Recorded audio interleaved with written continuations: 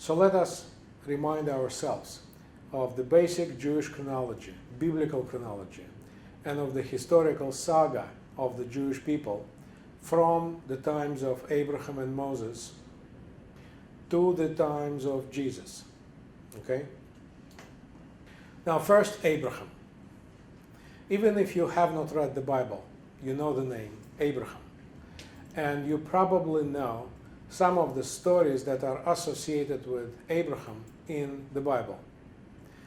Now, Abraham is the pioneer of monotheism. Abraham in the Bible is the first person who accepts faith in one God. Jews consider Abraham to be the first Jew. And there are many interesting and controversial stories that are associated with this man in the Old Testament. For example, the word prophet in Hebrew, Navi, was for the first time used and applied to Abraham. You may remember the story when Abraham and his wife Sarah come to Egypt and they meet the Egyptian Pharaoh. And Abraham is afraid that the Pharaoh may like Sarah, and since he is her husband, he may kill him. So Abraham says that Sarah is his sister, which is true. Sarah is his, I think, half-sister. And he does not say that Sarah is also his wife. So Pharaoh falls in love with Sarah, but at one night he sees a dream. And in this dream, a vision occurs. God appears to Pharaoh and tells him that he is doing something wrong, that he should not be interested in Sarah because Sarah is Abraham's wife. Now, Pharaoh wakes up, orders Abraham to appear before him, and basically blames him. He says, "What are you doing? Why didn't you tell me that Sarah is your wife? Because I may induce the wrath of God because of you." And Abraham replies, "I'm sorry, I was afraid, I was scared. Sarah is my wife, but don't worry, I'm a prophet." And this is where the word prophet for the first time appears in the Bible. He says, "I'm a Navi, and I can pray, and I can resolve the situation. You will not be punished by God." So another story that you may be familiar with is the story of Abraham almost sacrificing his son Isaac. In the Muslim version, Ishmael. Now, Abraham had two sons. He was not able to have a son with his wife Sarah because Sarah was very old. And Sarah took pity on Abraham and allowed him to have a son with his Egyptian slave woman, Hagar. Their son was born, and he was called Ishmael. Ishmael would become the forefather of the Arab nation. And Muslims, Arab Muslims, trace their genealogy back to Ishmael. Now, after Ishmael was born, Sarah conceived. And here is the story about Sarah's conception. Sarah was very old, and once the angel came to her and said that she will conceive a child. Sarah laughed, bursted laughing. And the angel or God said, "Why are you laughing? God wants to do, if God wants to do this, he will do it. You know, there is nothing impossible for God to do."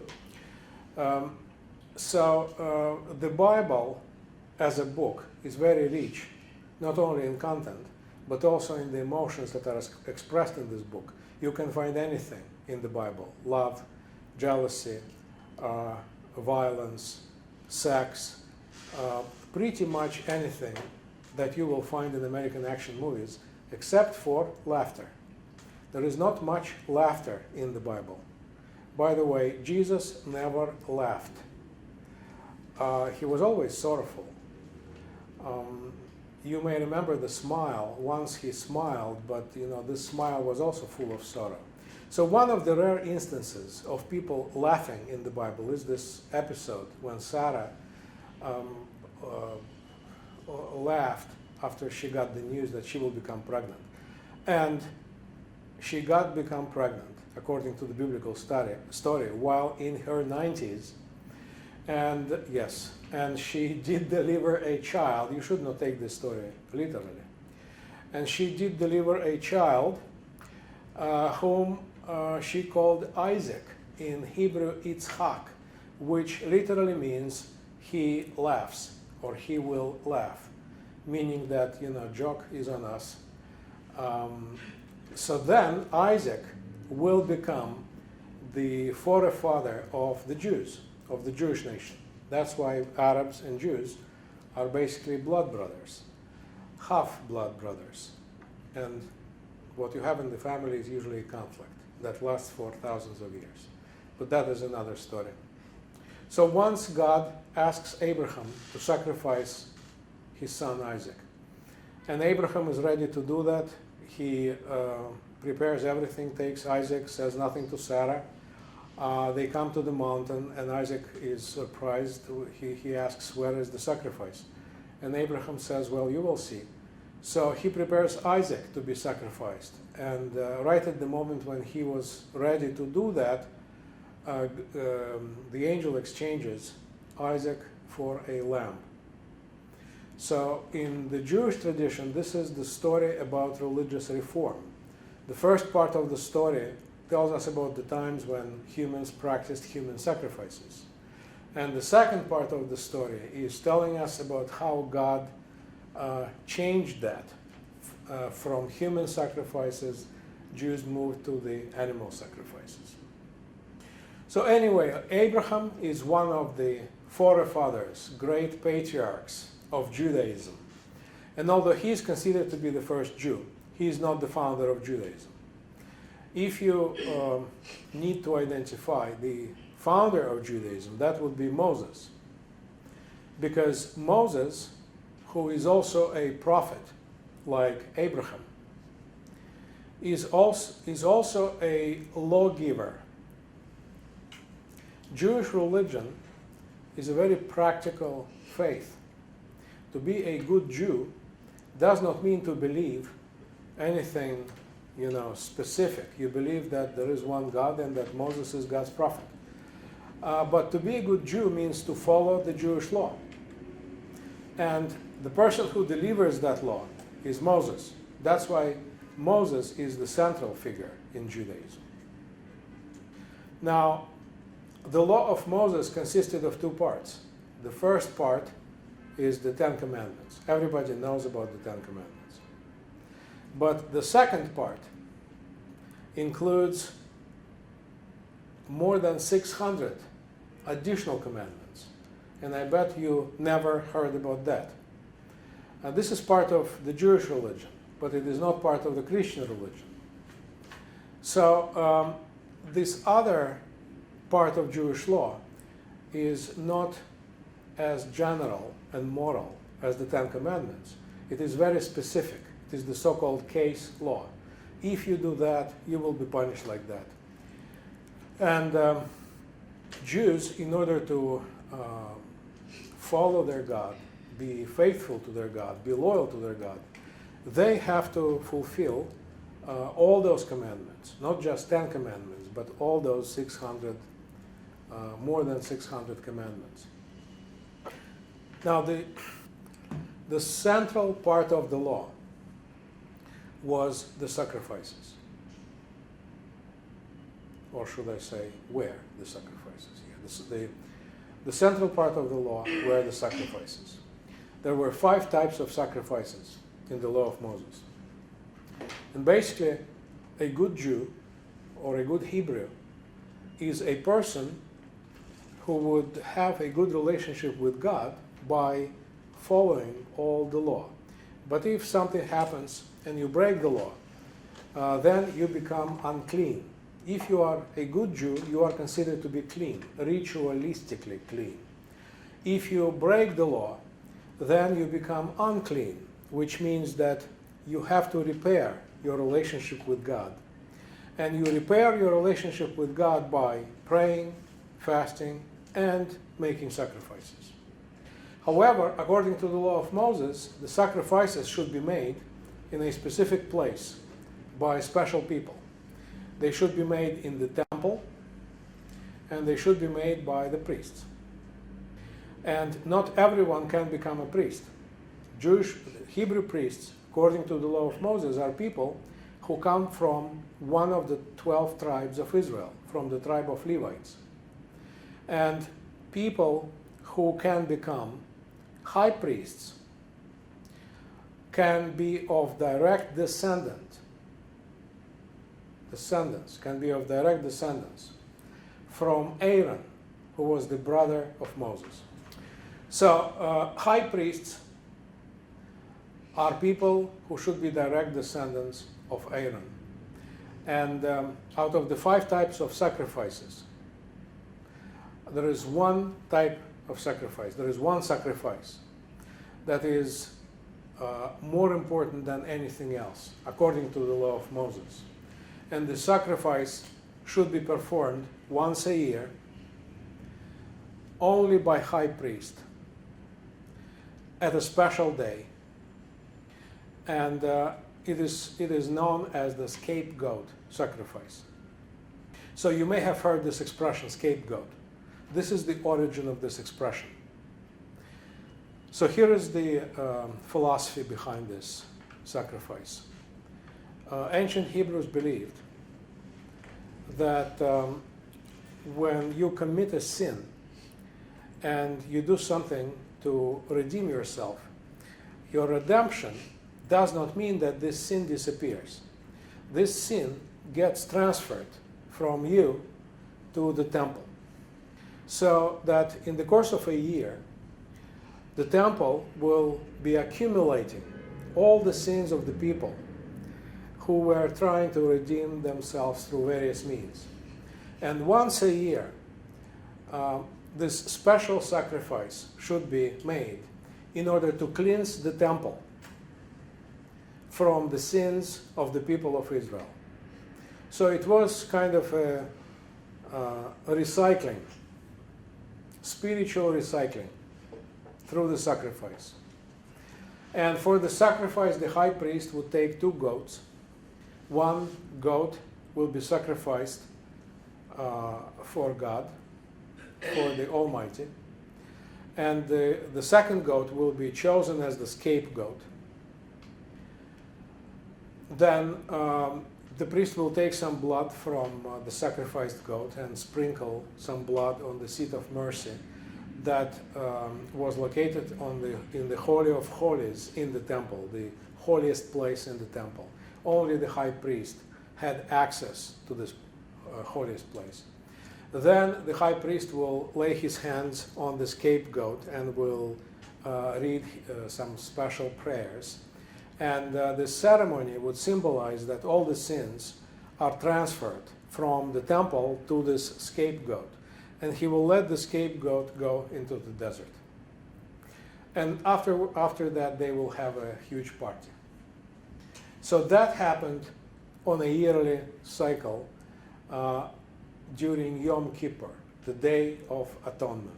Jews are still celebrating Yom Kippur, but since there is no temple, there are no high priests, and there are no sacrifices, obviously they celebrate this day in a different way. According to biblical scholars, Moses lived around the 13th century BC, before Christ. Before he died, he appointed his successor, Joshua, and he entrusted him with a mission to come to the Promised Land, to conquer this Promised Land, and to settle in the Promised Land. The 6th book of the Bible and the 6th book of the Jewish Scriptures tell us about Joshua's expedition and about how Joshua conquers the Promised Land. Now, after conquering this land, which was ancient Canaan, Joshua distributed this land among the tribes of Israel. Each tribe is given its portion of the land except for the tribe of the Levites, because Levites are priests, and priests should not have the land. They should live everywhere, and they should serve the Lord. And after that, Joshua establishes a tribal organization of society in which you have, let's say, 11 tribes. Each tribe has its own leader. This leader is called a judge. Now, biblical judge is not like the judge in the courts today. Biblical judge is a popular, charismatic, tribal leader, sometimes elected, sometimes appointed, who defends his tribe or her tribe, who speaks in the name of God, who delivers justice to the members of the tribe, and who fights against the enemies of the tribe. So the period of the judges, according to the estimates of biblical scholars, lasted for about 2 centuries. And this was the period when Jews established some kind of popular theocracy, tribal theocracy. According to biblical scholarship, around the 10th century before Christ, Jews asked for the king. Most, not even most, all nations around them had monarchies, and Jews also wanted to have a king so that the king would be their ultimate ruler. So the book of Samuel, one of the books in the Bible, describes how the last judge, Samuel, anoints the first Jewish king. The most popular among Jewish kings was the King David. Now, King David is probably the most prominent, the most famous of Jewish kings, because David was the king who united all the tribes into one united kingdom. And he also made Jerusalem the capital of Israel. Now, you all know what is going on with Jerusalem nowadays.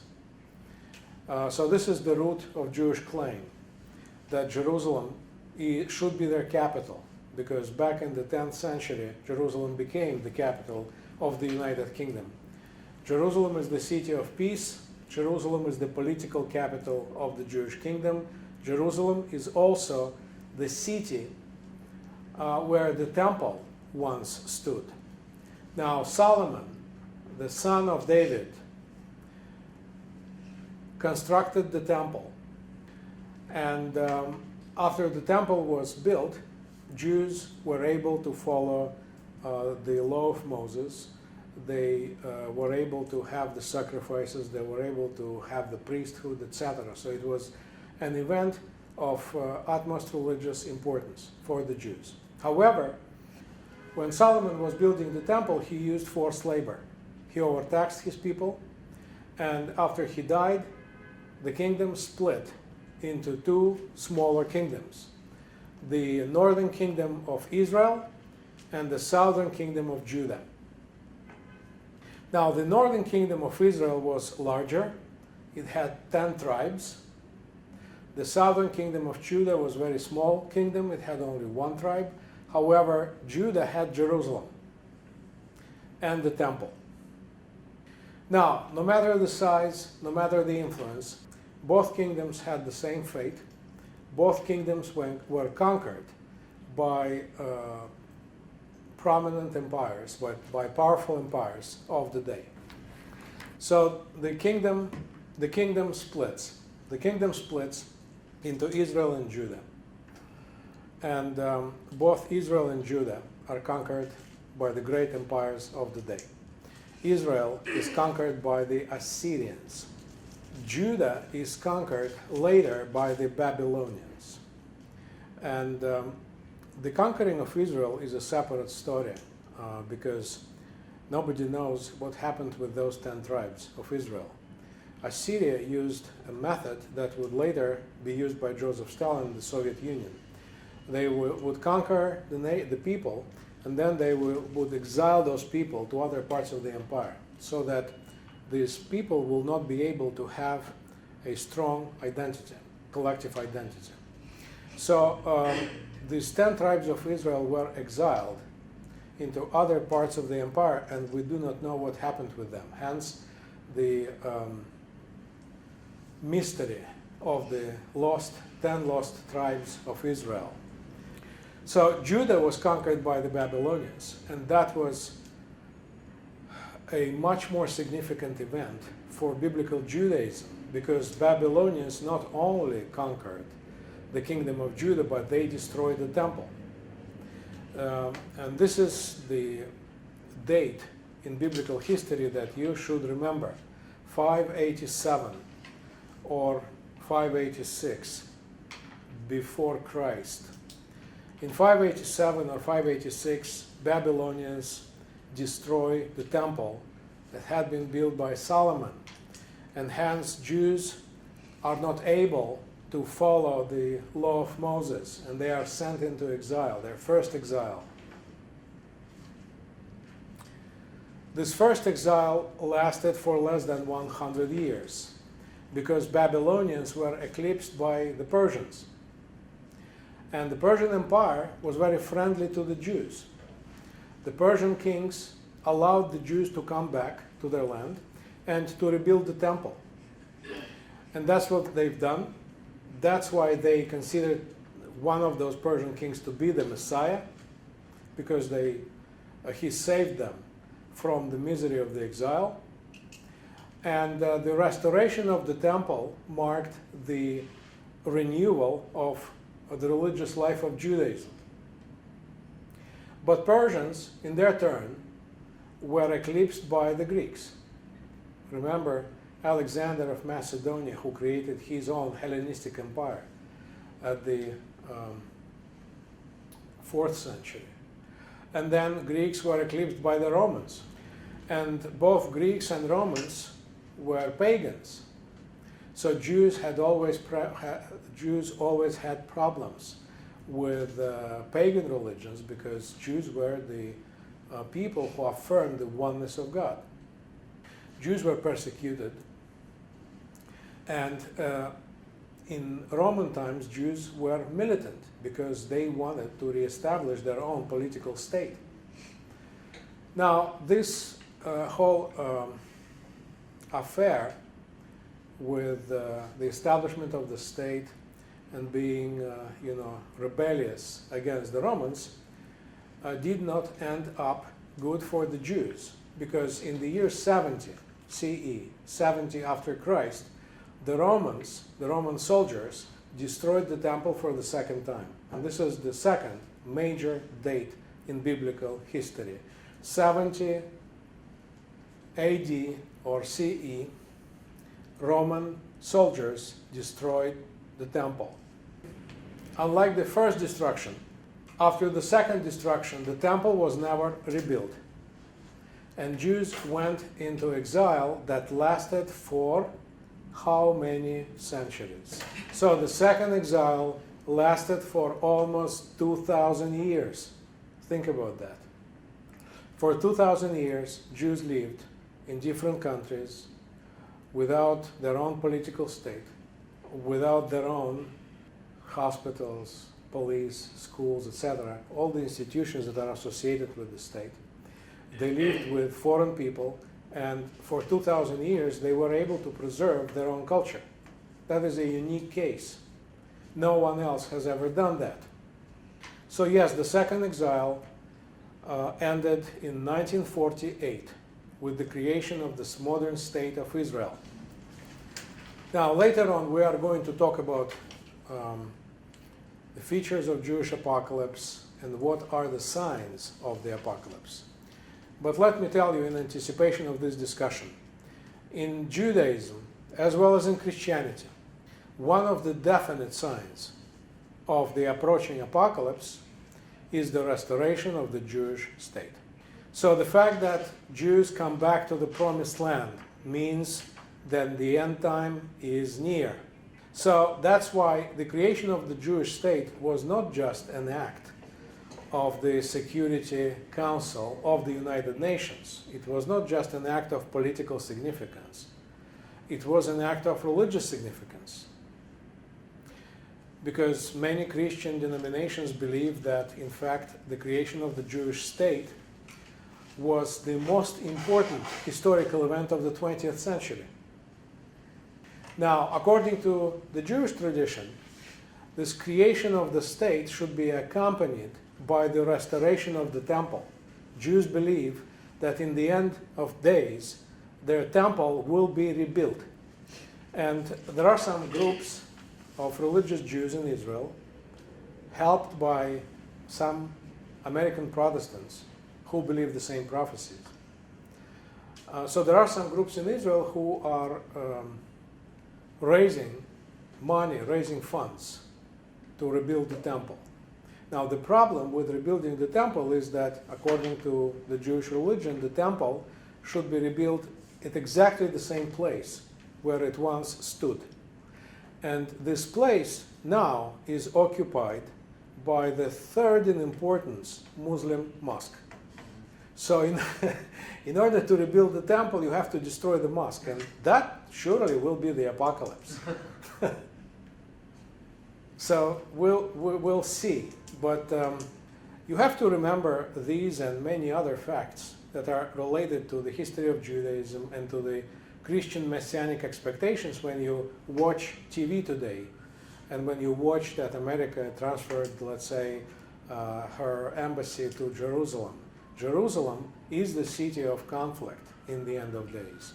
All the conflicts in the end of days are centered around the city of Jerusalem. The book of Revelation is talking about Jerusalem that will be renewed, that will descend down from heaven.